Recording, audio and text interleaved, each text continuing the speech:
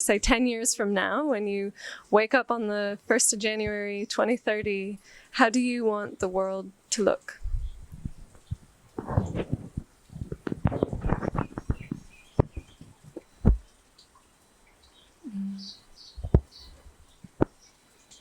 I hate that this could be seen as like wishful thinking, but I would want all of our Pacific Islands to still be there.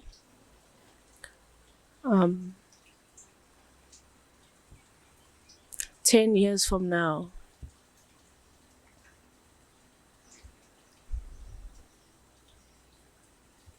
that's the only thing. Pretty much sums it up, really.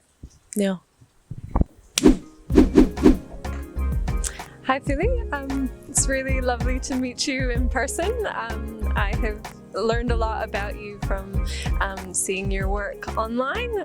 It's really nice to get to meet you.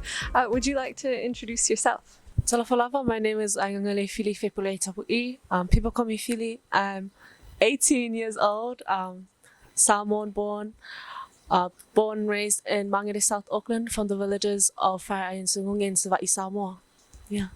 I wanted to talk to you a bit about your relationship with nature and what role you feel that nature plays in your life. And why nature is important to you. My relationship with nature in my life is definitely one where I feel like connecting to nature is connecting back to myself. Not only myself, but to my people and who we are and our culture. So I think that nature is like the foundation of everything. Not only for myself, but like in this world. So protecting nature is pretty much protecting all that we care about. And that's how I see nature in my life. Yeah, and that's definitely the connection I see to myself and nature. And do you think there are particular experiences that you had growing up or particular people in your life that have influenced your relationship with nature? So many. Yeah, there are definitely so many.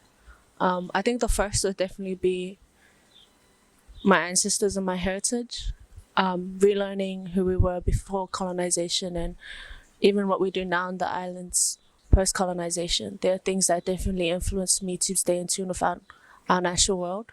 And I think that the way that our ancestors fought for the land and fought for our people was something that influenced me a lot and encourages me a lot. Secondly, I would say the amazing indigenous vopu that I've met throughout my life, or that I've seen working. Actually, the first entrance into kind of the climate change conversation was watching Native Americans protest against the Dakota Access Pipeline. And to me, that definitely influenced a lot my relationship with nature and how I saw, per se, activism, climate activism. It was one where it wasn't for personal gain or personal glory. It was just purely protecting the land and their futures. And there's a saying that they use, water is life, and it just pretty much sums it all up. And seeing that people like Pacific Climate Warriors, Parakoraki Tamaki, Te Arawhatu, so many amazing people that are doing the work, MT0, they're definitely Tuakana that have molded my journey and the things that I believe in, as well as Tamaiti, which was actually one of the most pivotal experiences and people that I've met. Because at the time that I met him, I went down with Action Education, and I went down as a poet to perform at their sustainability festival they had going on in Ruatoki. And so while we were there, just listening to them talk about the reason why they do what they do, it was just so natural. Like, and it was just like second nature. Like, no one questioned it. It wasn't like this big noble pursuit. It wasn't something that was made out to be something looking for glory. It was just who they were. And so at that time, I probably was struggling the most with like climate anxiety, with facing a lot of ignorance from the spaces and the people I was meeting out in these big climate conferences.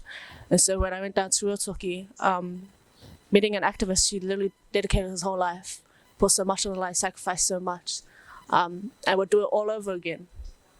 Yeah, it pretty much censored me, grounded me a lot, and kind of reminded me that like, even though things, even if they seem futile, that's not the point.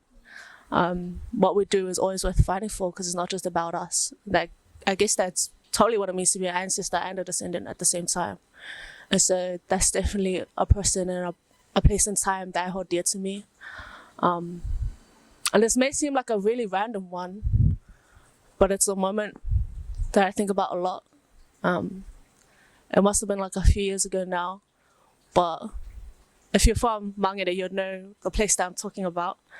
There's one in Mangere East where you go past the BP, you go past all the takeaway foods, and there's a little, like, what do you call it, like a hill? And there's like a junkyard on one side, and then there's King's College and Mudmo on the other side. I remember one day, me and my dad and my brother were driving up this hill, and there was like an old lady, must have been like 80s, 70s, and she was like sweeping the concrete. And I was worried at first. Me and my siblings were just looking out the window, and I was like, do you think she needs help? Like, she's okay?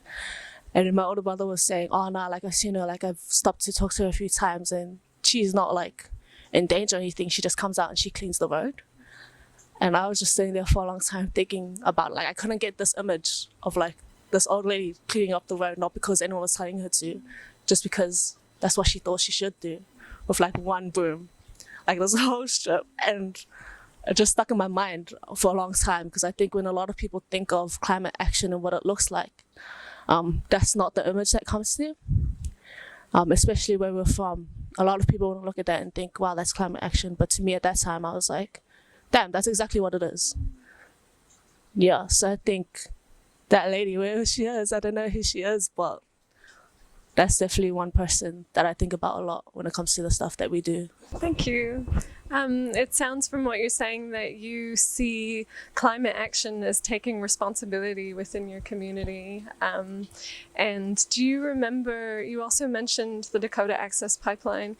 Do you remember that feeling when you first learned about climate change and how it made you feel, and maybe what it triggered in terms of that sense of responsibility and duty to your community? So when I learned about the Dakota Access Pipeline, I was year 9. 2016 was the year. And I remember just hardcore watching all the videos, all the updates, and seeing all the backlash they were getting for protecting their land and their water. You know, having police shoot rubber bullets at them, all these really traumatizing things. And I was so angry about it, because I was like, why is this happening? Like, I didn't understand why indigenous people would have to fight to protect their own lands. And so through following out that process, I remember I was watching an interview on Democracy Now! And an indigenous elder, he was talking about other indigenous communities, and he had mentioned the Pacific. And that caught me off guard, because I was very much, didn't think it was connected. And so when I learned that it was, I started researching all the things to do with Pacific climate change. And so when I searched it up, it came up with like most endangered countries due to climate change, and like half the list was Pacific Islands. But I was like sitting at the school computer. I was like crying, and it was so funny. It wasn't funny. Oh my gosh, it was only funny because everyone was like, "Why are you crying?" And I was like, didn't know how to explain it, because I was really frustrated. And I think the biggest thing that stood out for me at that time was like, why is no one talking about this? Why is it that I'm learning about this through like some chance coincidence, because I've seen this dude talking about it, and I searched up and it's like this massive thing. So that was the first time I had ever learned about climate change or what was happening in our communities. And I remember at that time, my mate asked me to go to an art show with them at Mangere Art Centre. And I went, it was a show called Whenua. And I didn't know it before we went. But when I went there, it was actually about climate change in the Pacific. And it was an amazing, beautiful show. And I remember one of the poets, Toa, she said something, and she said, the Pacific Islands won't be another Atlantis. We will not be a miscarriage. And me and I cried the whole show. And that year was really just about learning so much about what was happening, learning about the people that were doing the work. And that was actually the first time I'd heard about the Pacific Climate Warriors.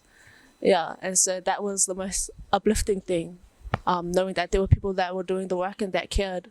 And so when it comes to personal responsibility, I try to take it upon myself to tell like my mates and like say, damn, like this is shit you should care about, because this is us. Yeah, so at that time, that was really all I was thinking about. Yeah. So it sounds like ever since you found out about climate change and it touched you at a really personal level, you've been working hard to try and tell other people about it. And what do you think, what messages or what type of communication do you think are really resonating with people that you're talking to? Firstly, I think that largely the climate conversation in New Zealand is not accessible enough. I say that because at the time it wasn't even accessible to me learning about it.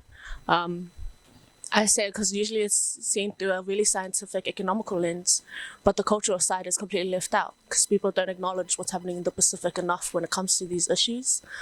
So I definitely think one of the most important messages is to make sure that it is accessible, and not on a performative or tokenistic front, but actually engaging with these communities in the right, respectful ways and making sure that who you have speaking isn't just there for their own personal reasons. They're there because they know the greater good or have the best interests in mind. So one of the most important things or most important ways that I try to talk about it is really trying to relate it back to our communities. Because for a very long time, climate change was seen as like a palangi issue. Like it wasn't an issue that we had to worry about because like, oh, none of us can go vegan, none of us can afford an electric car, so why would we talk about it? So kind of trying to dismantle and unpack that. It's difficult, but it's so necessary because once people understand, it doesn't take much for them to understand once you say it in a way that resonates with them. It's just about people willing to put in that work. And I definitely think that one of the biggest messages would be that the key to climate action is actually indigenous knowledge. I say that because a lot of the adaptation issues and a lot of the solutions people have is so money-based that it becomes isolating for those that can't engage, even though those that can't engage are the most vulnerable, most affected by the issue. Yeah, and I feel like our indigenous youth that are growing up right now, so much talent and potential and so much drive to make sure that we overcome this issue. So they're actually the key audience that we need to be catering to. Not people who have been in these positions of power for years and years and years and have just sat there and are not willing to go those extra miles and make that extra change. Speaking of people in positions of power, we have a new government, or soon we're going to have a new government. And what is your kind of top 5 list of to-dos for Jacinda Ardern and the new government on climate change and protecting nature? Go to Ihimata Naski. I think, firstly, announce a climate emergency. Like, it's long overdue.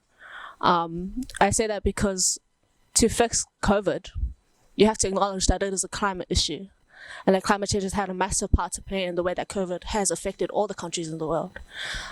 Interesting enough, when reading, I think, Auckland's climate action plan that they put out in 2019, one of the councillors, Penny Hills, she said that new pests and diseases would arrive because of climate change and will continue to. And that was an indicator that they know. Like, they know that it's connected, they know it's not segregated. It's about actually putting in the legislative work so that that's seen in government and on a national level and on a grassroots level. So announcing a climate emergency and making the green COVID response, making a green COVID response so that we're not adding fuel to the fire and adding more problems on top of the ones that we already have. Thirdly, I would say, man, constitutional transformation through acknowledging Te Tiriti o Waitangi. That is one of the most important things we can do at this time. Because like I've mentioned before, there are so many indigenous Waipu that are doing the work. When we look at our iwi and our hapu, the consultation shouldn't just be pretending to talk to them and not actually genuinely listening, because they have the solutions in their areas. They know the land better than anyone else. And it's about actually acknowledging the commitments that you made in Te Tiriti. There's so much space there so that we'll be able to make those legislative choices and actions and actually pass it through government. It just needs to be used. Fourthly, I would say, make sure you have indigenous people at the front of center of these climate discussions on every front. Because New Zealand on the world stage is seen as the country that is doing one of the best things when it comes to climate change. But if you're not actually acknowledging your indigenous people enough, and if you're not acknowledging your citizens that have countries that are sinking right now, then is that really the best that the world has to offer? I don't think so. So when it comes to our adaptations plans, whether on a city level, whether on a national level, it really needs to be looked at, especially when it comes to how everyone can make changes, not just those that can afford it. Because oftentimes I've been told a lot, like, if you can't afford money to help change things, you can give your time. But time is money, you know? If you got 6 kids to feed, if you have 2 jobs, if you're working night shifts, you don't have the time for these things. So making sure that we have solutions that aren't just money-based, and the pressure isn't only put on individualistic actions, but the actions of corporations, which are actually contributing more than any individual, any one of us could do. I think that's the way to go. And fifthly, investing in our youth, especially the youth that are most affected by this issue. I know that, and then I feel like in the next coming years, we'll have a lot of people coming over from the islands. And I think that the nationwide perspective on that needs to change. Not treating them as second-class citizens because the reason why they're coming is because of New Zealand's part to play. I think New Zealand does have a duty to the islands. All the exploitation, all the crimes against humanity that have happened in our islands aren't taught in school. And I feel like that's the reason why a lot of people don't see it the way we see it. Climate change didn't come out of nowhere. And the issues that we face right now didn't come out of nowhere. It was years of colonization. So in order to undo that hurt, in order to actually acknowledge what New Zealand's part was in that, we need to be able to awhi them throughout this time that is happening and not make it about ourselves. So yeah, that's what I would ask of Jacinda Ardern. You talked about giving of your time and doing the work, and it sounds like for many years you have been doing exactly that through your poetry and also through your work with For the Culture and all of the things that you've been doing to try and make a difference. And I'm just curious to hear your reflections on your time doing activism, if you even call it that, and yeah, where you want to go from here. To be honest, I find it kind of weird when people refer to me as like an activist, or I have to use reference myself in that way so people understand like what we do, because I don't really see it as work. I say that because it is a lot, and there's a lot that is asked of you, but at its simplest level, on its most basic level, it's literally about our survival. And that's why, the biggest reason why I don't see it as work. I don't think I could live with myself if I could just be ignorant to all these things that I now know to be true. Like especially with the privilege I've had to be in spaces with such amazing people that are doing the work. It feels wrong to ignore that and just pretend like things are okay. In that sense, I'm a big believer that our ancestors are watching over us, and that our descendants will look back on what we did once they face the consequences of our actions, and they will ask what we did to make sure that they could have better lives. And so when our youth that will come, I think my biggest thing is that I hope that they feel like we did fight for them. And so even though it may be seen as work, it's definitely not what it feels like. A lot of times we've done stuff that was just like, people would praise it, but it's like, why wouldn't we do it? You get what I mean? Like, showing up for your community that raised you doesn't feel like work because it's kind of paying it forward and paying it back to the people that raised me and invested in me and loved me throughout my whole life. Especially when I look around at our students and what they do. Yeah. Helping out your friends doesn't seem like work, does it? Yeah. Loving your family doesn't seem like work. On the flip side, of that conversation is that the thing I don't want for our up-and-coming youth that are coming into these spaces is to be exploited. Because I think that sometimes that can be the case for people who come into our communities and try to take advantage of the good nature of our people. And I think that's very much a tragedy, because you can ask people to share their stories with you, but if you can't facilitate safe spaces for them to be held or for them to be told, then what really are you doing? Are you actually creating more harm than you are healing? Do you actually genuinely care about this issue you're trying to bring across?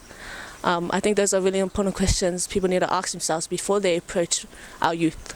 Yeah, acknowledging the upper hand you have in an unbalanced power dynamic is so important for adults who are coming in and actually trying to come and talk to our youth.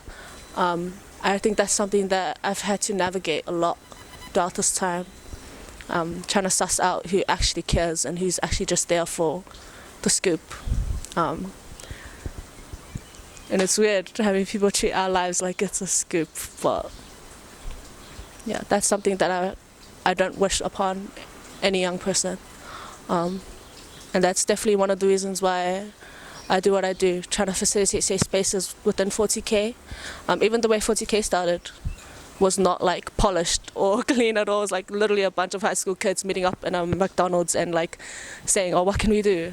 Like organic grassroots things like that. I always had the softer spaces in my heart. So I think that's pretty much my experience of doing things. Just thinking about the young people who are coming up behind us, do you have a vision for, say, 10 years from now, when you wake up on the 1st of January 2030, how do you want the world to look?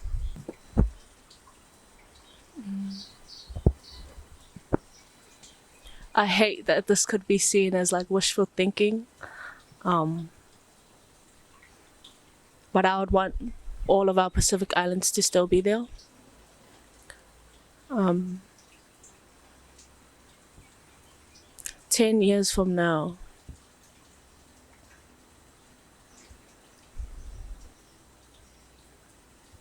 that's the only thing. Pretty much sums it up, really. Yeah. And what do you think is the most important thing that New Zealanders need to know about climate change right now?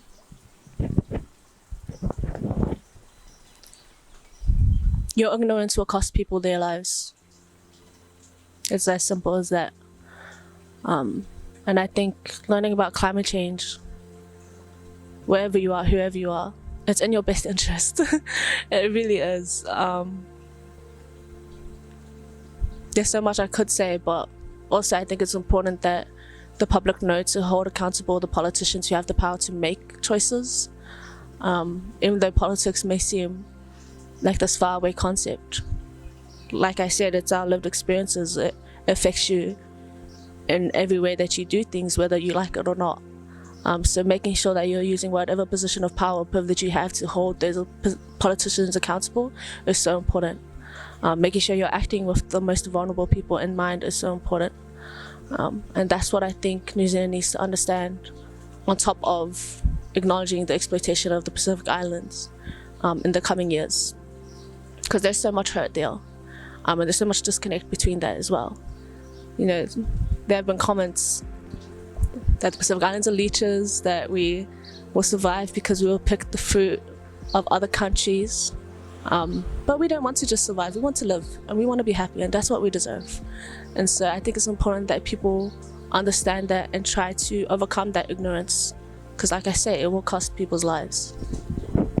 Thank you so much, Fili, for sharing your story with us, for your really powerful words, and for that message to New Zealanders as well.